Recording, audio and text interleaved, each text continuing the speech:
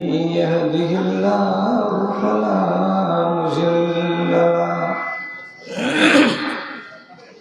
ومن يضلل فلا هادي له وأشهد أن لا إله إلا الله وحده لا شريك له وأشهد أن محمدا عبده ورسوله أما بعد فأعوذ بالله من الشيطان الرجيم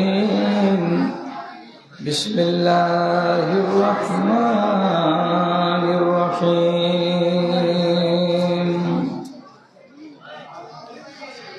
يا صاحب السجن أأرباب متفرقون خير أم الله الواحد القهار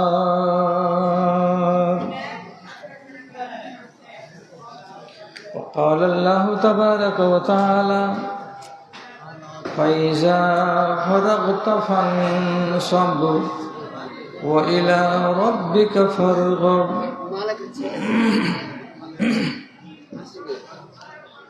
যৌবন আমার ঝরে গেছে তবু মুনির যুবক আমি দিব্যি করে যাই সেই কাজ আজও যে কাজ পারো না তুমি যে কাজ পারো না তুমি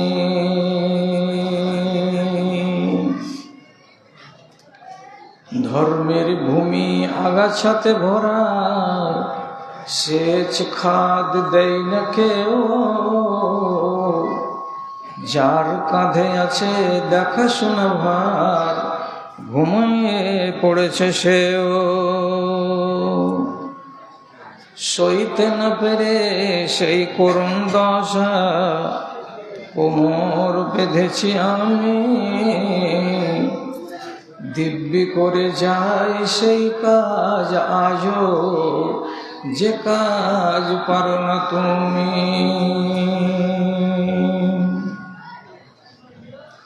ঘুচাতেই হবে তোমাকে আমাকে জাতির করুণ দশা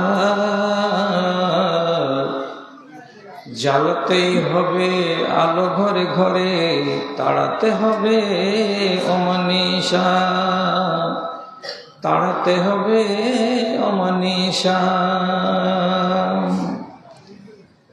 তুমিও এবার পণ কর ভাই যে পণ করেছি আমি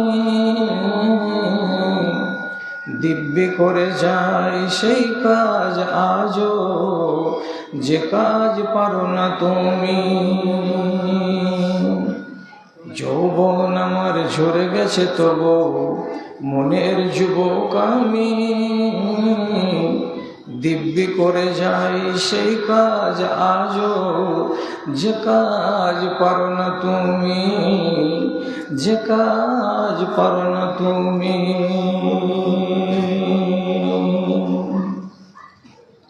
শ্রদ্ধেয় সভাপতি সাহেব, মঞ্চে উপবিষ্ট জ্ঞানী গুণী বুদ্ধিজীবীগণ, আমার সামনে বসে থাকা দিন দরদি ইসলাম দরদি বিভিন্ন শ্রেণীর আমার প্রাণের ভাই এবং বন্ধুগণ, সেই সাথে পুরুষদের মজলিস থেকে আলাদা এখানে সেখানে বসে থাকা আমার আদরের আমার স্নেহের মাতা ও ভগ্নীগণ, আল্লাহ রাব্বুল আলামিনের শুকরিয়া আদায় করছি। বেশ কিছু দিনের ব্যবধানকে ঘুচিয়ে আবার আপনাদের এই প্রাণপ্রিয় প্রতিষ্ঠানের ডাকে লাব্বাইক বলে আপনাদের মুখোমুখি হয়েছি কিছু কথা বলার উদ্দেশ্যে। কি করতে হবে? কোনো লোককে বলি কিছু টাকা পয়সা ভালো করে দান দাও মাদ্রাসায়, এই সামনে বছর ব্যবসাতে যদি ভালো লাভ হয়, মাখনাতে পয়সা টয়সা হয়, তাহলে মনে আছে যে 20,000 টাকা বা 1 লাখ টাকা মাদ্রাসাকে আমি দান করব। তাহলে এখন কি টাকা নেই? সুযোগটাকে হাতছাড়া করছেন কেন? আগামী বছর দান করবেন বলে ওয়াদা করলেন, আগামী বছর বাঁচলেন না, তাহলে কি হলো? ধন থাকতে থাকতেই যদি ধনের সদ্ব্যবহার হতো তাহলে কত না ভালো হতো। প্রত্যেক জিনিসে আপনি প্রথম সুযোগটাকে কোনো মতে হাতছাড়া করবেন না, এটা হচ্ছে কোরআনের নীতি। এক মহিলা, এক ছাত্রী 18 বছর বয়সে মেট্রিক পাস করলো, 20 বছর বয়সে উচ্চ মাধ্যমিক পাস করলো, তারপরে 24 বছর হতে হতে গ্র্যাজুয়েশন কমপ্লিট করলো, তারপরে এমএ করলো 3 বছর, তারপরে ডক্টরেটের সুযোগ পেল, তো ডক্টরেটের সুযোগ লাগিয়ে দিল আর 4 বছর, তারপরে আবার পিএইচডি আবি ঝাবি করার পরে ইএলডিএল সবই কিছু করলো।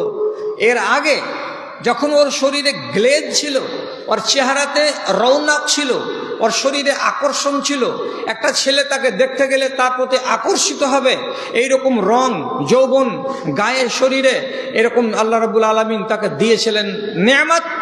সেই টাইমে বিয়ে আসলো, প্রত্যেকটা বিয়েকে রদ করে দিল। কি বলে, আমার তো আর 2 বছর পরে গ্র্যাজুয়েশনটা কমপ্লিট হবে, তারপরে বিয়ে করব।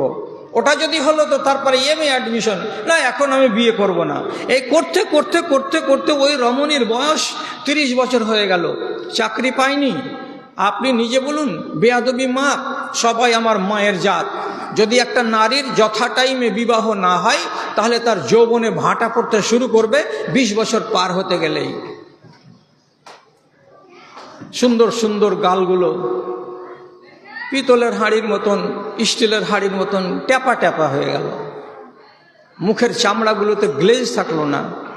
যারাই আসছে দেখতে, কত সালে পিএইচডিটা হয়েছে, এত সালে, জন্ম তারিখ কততে এত, ওরা অঙ্ক করে দেখছে যে মেয়েটার বয়স 30 বছর। আরে এই 30 বছরের এই বুড়িকে নিয়ে যে কি হবে, দেখে শুনে মিষ্টিটি খেয়ে নিয়ে বাড়ি যাওয়ার পরে বলছে, আমরা একটু ভাবনা চিন্তা করছি। ভাবনা চিন্তা করছি তো করছি, এখনো করতেই আছে, মেয়েটির বিবাহ এখনো হয়নি। এইরকম মেয়েগুলো আমার চোখের সামনে 10 থেকে 12টা আছে। সুযোগ হাতছাড়া করলে কেন? রাসূলুল্লাহ বলেছিলেন, হাদিসগুলো আপনাদের মনে নেই কি, ওখানে লেখা আছে হাদিসের ভেতরে, কোনো মেয়ে যদি সাবালিকা হয়ে যায় ওখানে লেট করা চলবে না। লা তুআখির আন সালাসিন, 3টা জিনিসে খবরদার দেরি নয়। যেমন সুযোগ আসবে তেমনি ব্যবহার করতে হবে। তার ভেতরে একটা সুযোগের একটা কারণটা কি, নবীজি বলছেন, আল আইয়ামু ইযা বালাগাত, বেটি ভাতিজি বোন যদি বাড়িতে সাবালিকা হয়ে যায়, তাহলে সাবালিকা হতে গেলে পরের বাড়িতে তাকে তুলে দাও একটা ভালো সম্পর্ক দেখে। অযথা সময় নষ্ট করো না। মেট্রিক হবে, উচ্চ মাধ্যমিক হবে, গ্র্যাজুয়েশন কমপ্লিট হবে, এই রকম করে করে ওই নারীর যৌবনটাকে বরবাদ করো না। এদিক রাখি, 2টা দিনের কথা বলতে বসেছি তো কোরআন হাদিসের কথা বলি। আপনাকে এত মিষ্টি কথা শোনাচ্ছি যে অবশ্যই আপনার মনটা ভরবে। একদম সহি হাদিস বলছি, জামে সগীরের ভেতরে লেখা আছে হাদিসটা। কি লেখা আছে?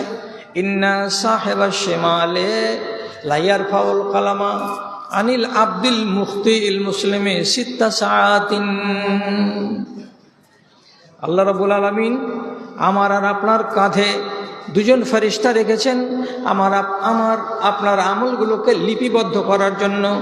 বাম কাঁধে যে ফেরেশতাটা আছে সে আপনার সমস্ত আমলগুলোকে লিখতে আছে, বুরাই ভালাইকে লিখতে আছে। কোনো মানুষ যদি একটা পাপ করে নেয়, হঠাৎ চুরি করে নিল, কাউকে গালি দিয়ে দিল, কাউকে অপবাদ দিয়ে দিল, ধরে নেন কোনো জায়গা তার দ্বারা ব্যভিচার হয়ে গেল, কোনো না কোনো অপরাধ সে করে দিল, লোকটা হয়ে গেল গুনাহগার।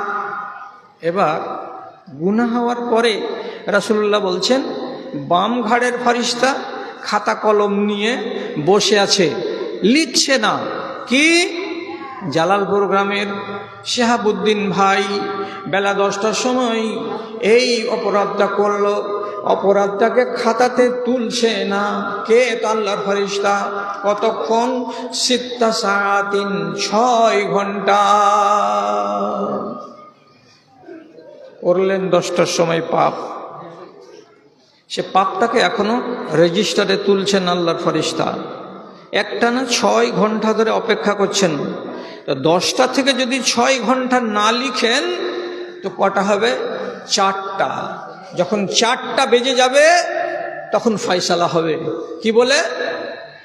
ফাইন নাদামা নাদেমা, এই 6 ঘন্টার ভেতরে আল্লাহর সেই বান্দা যদি লজ্জিত হয়, যদি শর্মিন্দা হয়, মনের ভেতরে অনুশোচনা তৈরি হয়, এবং সে যদি তওবা করে, আল্লাহর কাছে ইস্তিগফার করে, আলকাহা, তাহলে আল্লাহর ফেরেশতা ওর তওবাটাকে কানে তোলেন।